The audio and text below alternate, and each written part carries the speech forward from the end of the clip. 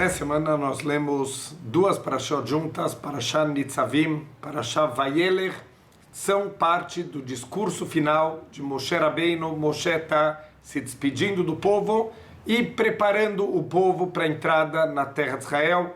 Moshe, ele já está profetizando que infelizmente o povo judeu vai acabar se afastando dos caminhos corretos e vai passar por sofrimentos, vai passar por dificuldades na vida.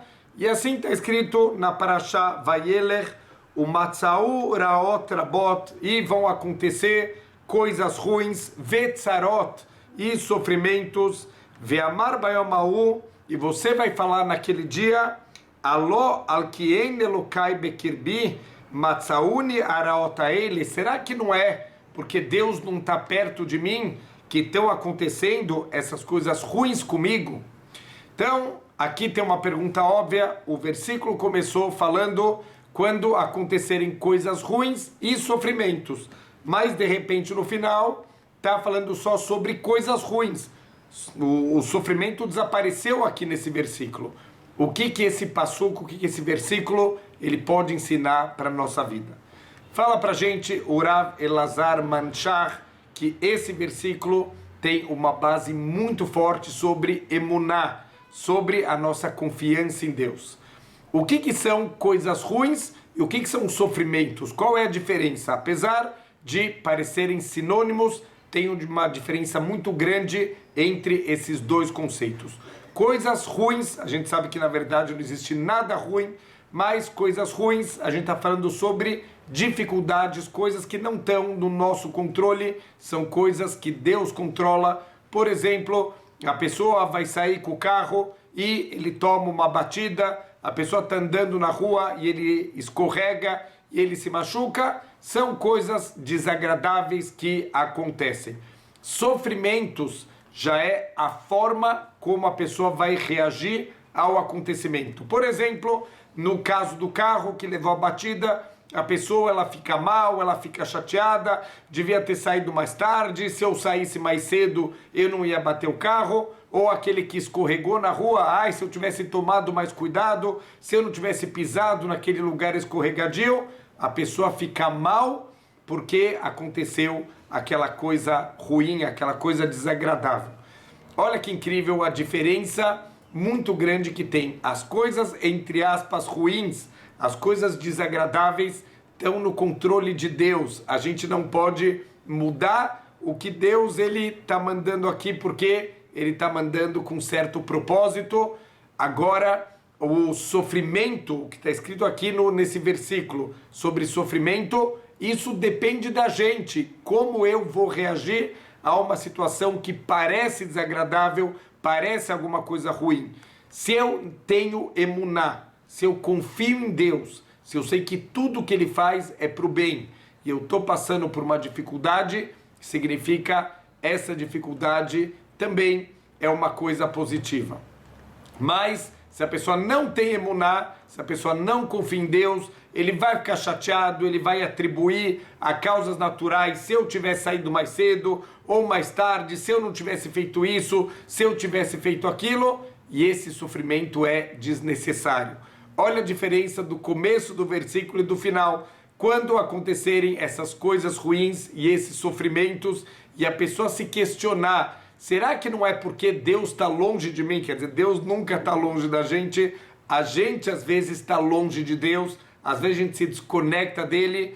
Quando a pessoa se reconecta com Deus, o sofrimento sumiu. Ficaram as coisas, entre aspas, ruins, mas o sofrimento, a reação negativa, ela desapareceu. Talvez qual o maior exemplo da Torá que a gente pode pegar, maior modelo de emuná, um dos maiores modelos que a gente tem na nossa vida, na nossa Torá, é David HaMelech. David HaMelech teve uma vida de muito sofrimento, de muitas dificuldades, e a gente sabe, ele escreveu o Sefer Teilim, o livro dos Salmos.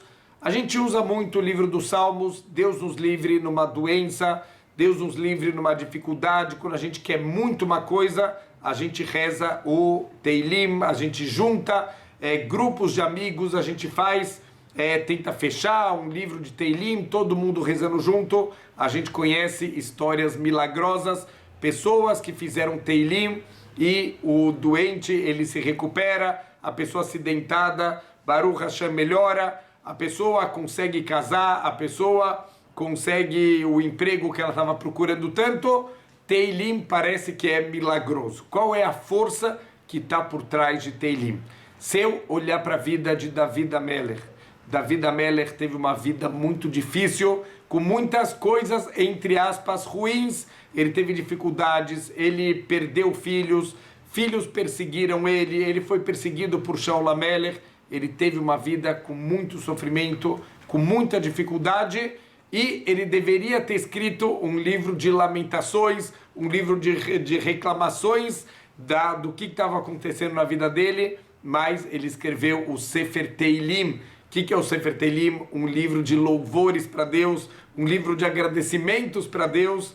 Então, alguém que está passando por dificuldades, por sofrimentos, por coisas, entre aspas, ruins, e ele conseguir escrever um livro de agradecimento, um livro de louvores, significa ele tem uma emuná completa, ele sabe que tudo que Hashem faz são coisas positivas, então, por isso, ele conseguia enxergar situações sempre de uma ótica positiva. As coisas, entre aspas, ruins, elas aconteciam, mas o David HaMelech, ele não estava sofrendo, porque ele entendia que tudo tem a mão de Deus por trás, ele sabia enxergar as situações da maneira correta. Tem no livro All for the Boss, Tudo pelo Chefe, do Rav Yaakov Yosef Herman, Zecher Tzadik Livrachá, uma história incrível. Ele estava com uma filha muito doente, ela estava com difteria na época, pouquíssimas pessoas sobreviviam à difteria, e ela estava no hospital, já meio desenganada pelos médicos, lutando pela vida, e chegou Erev Shabbat, a véspera de Shabbat.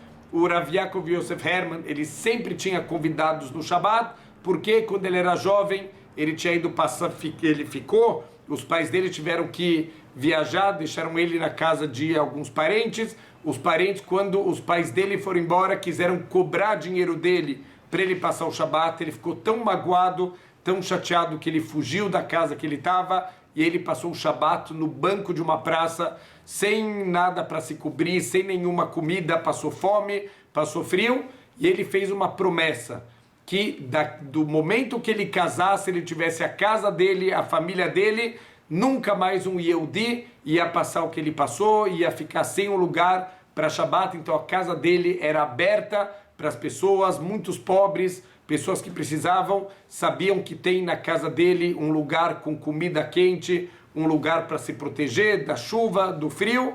E assim ele fazia todo o Shabbat, a esposa dele preparava muitos frangos, a casa dele estava sempre cheia. Começou a chegar a véspera do Shabbat, e o Rav Yaakov Yosef Herman não sabe o que ele faz.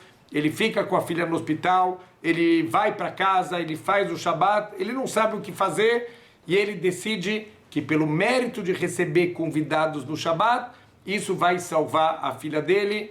Ele vai lá para casa e ele se anima no Shabbat, mesmo com aquela situação difícil. Ninguém pode perceber que a filha dele está no hospital, entre a vida e a morte, porque entre o Shabbat, ele canta na mesa, ele fala um Dvar Torá, ele que anima os convidados dele, parece uma outra pessoa incrível, e o Shabbat inteiro ele está assim. No meio do Shabbat, no Shabbat de manhã, chega um telegrama do hospital. Então a irmã do Rav Yaakov Yosef Herman, ela não aguenta, e ela abre aquela carta do hospital, e infelizmente veio com más notícias, que a filha do Rav Yaakov Yosef Herman, ela tinha infelizmente falecido. A irmã do Rav Yaakov Yosef Herman ficou arrasada, chorou o Shabbat inteiro, mas não teve coragem de contar para o irmão o que tinha acontecido. Ela ficou muito mal, como que eu vou dar essa notícia para o meu irmão? E olha que incrível, assim que acabou o Shabbat, que ela estava indo se preparar para dar essa notícia terrível para o irmão, chega uma segunda carta do hospital pedindo perdão. Houve um equívoco, quem faleceu não foi a filha do Rav Yaakov Yosef Herman, foi a menina da cama do lado, e ao contrário, tem boas notícias, que ela está se recuperando de uma forma milagrosa.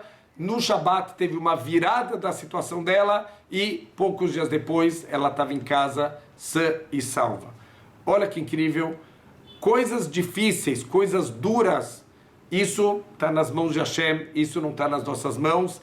Ele sabe o que é o melhor para a gente, o que é o melhor para a nossa vida. O que sim está nas nossas mãos é a gente não sofrer, é tentar ter essa emuná, se fortalecer cada vez mais e a gente confiar em Deus. Tudo que Ele faz é bondade, tudo que Ele faz é misericórdia.